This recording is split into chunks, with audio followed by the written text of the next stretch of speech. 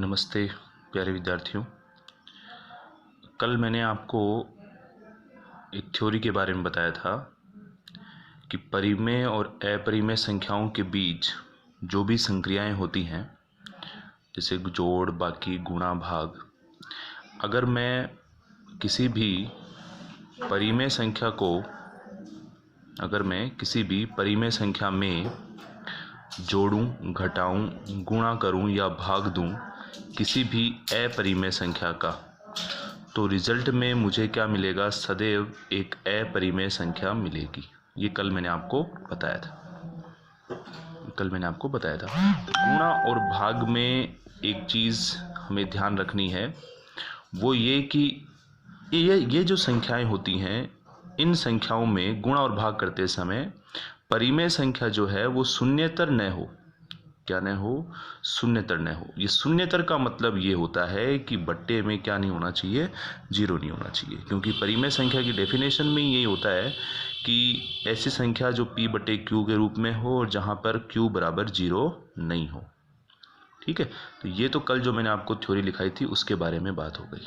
अब बात करते हैं अपन आज के क्वेश्चंस की।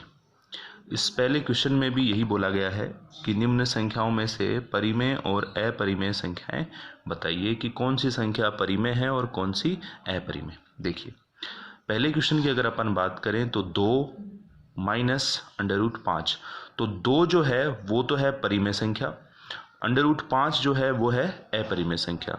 ये जब परिभाषा मैंने लिखाई थी तब मैंने क्लियर बोला था कि समस्त अंडर वाली संख्याएं अपरिमेय होती हैं, केवल वो संख्या अपरिमेय नहीं होती जो पूर्ण वर्ग संख्या होती है, जैसे √25 हो गया और ये सब। तो इसमें क्या हो रहा है? परिमेय संख्या में अपरिमेय संख्या को घटाया जा रहा है।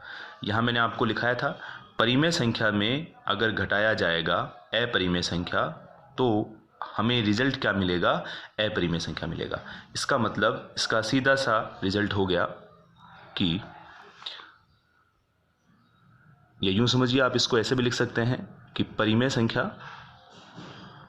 संख्या माइनस अपरिमेय संख्या। ठीक है, इसका मतलब इसका उत्तर हमें क्या मिलेगा? अपरिमेय संख्या। ये क्या होगी? एक अपरिमेय संख्या होगी। इसी तरीके से क्वेश्चन नंबर 2 की अगर अपन बात करें तो उसमें क्या दिया हुआ है? 3 प्लस √23 माइनस √23। ब्रैकेट में है ये संख्या। गणित में एक नियम चलता है बोर्डमास।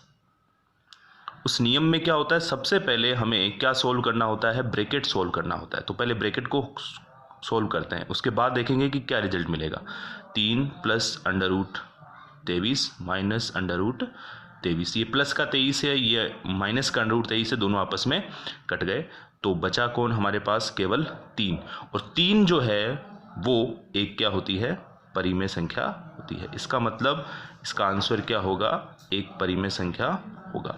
इसी तरीके से अपन बात करें क्वेश्चन नंबर 3 की, तो इसमें देखें तो 2√11 बट्टे में 7√11 है।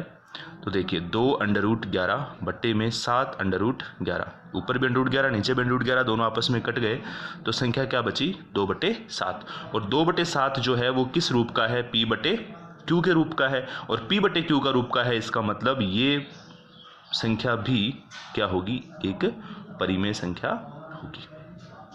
इसी तरीके से अगर अपन बात करें अगले क्वेश्चन की, 1/√3, देखिए 1 में √3 का भाग लग रहा है। 1 जो है वो क्या है? एक परिमेय संख्या है। 1 क्या है? एक परिमेय संख्या। और √3 जो है वो क्या है? एक अपरिमेय संख्या।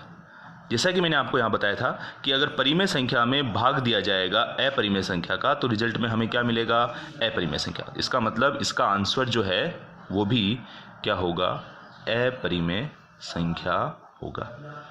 अपरिमेय संख्या होगा। इसी तरीके से बात करें क्वेश्चन नंबर 5 की, तो इसमें क्या क्या दिया हुआ है? 5 × पाई। तो 5 जो है वो तो है क्या? अपना परिमेय संख्या। 5 तो क्या है? परिमेय संख्या। इसको गुणा करना है पाई क्या है? अपरिमेय संख्या। तो अगर मैं किसी परिमेय संख्या को अपरिमेय संख्या से गुणा करूंगा, अपरिमेय से, तो रिजल्ट में क्या मिलेगा? अपरिमेय संख्या। इसका मतलब इसका आंसर क्या होगा? अपरिमेय संख्या। समझ में आ गया? मतलब 5 क्वेश्चन थे, जिसमें से पहले क्वेश्चन का आंसर अपरिमेय होगा, दूसरे का परिमेय होगा, तीसरे का परिमेय होगा, चौथे का अपरिमेय होगा, पांचवें का भी अपरिमेय संख्या होगा। ये क्वेश्चंस एक बार आपको वापस से निकालने हैं। धन्यवाद।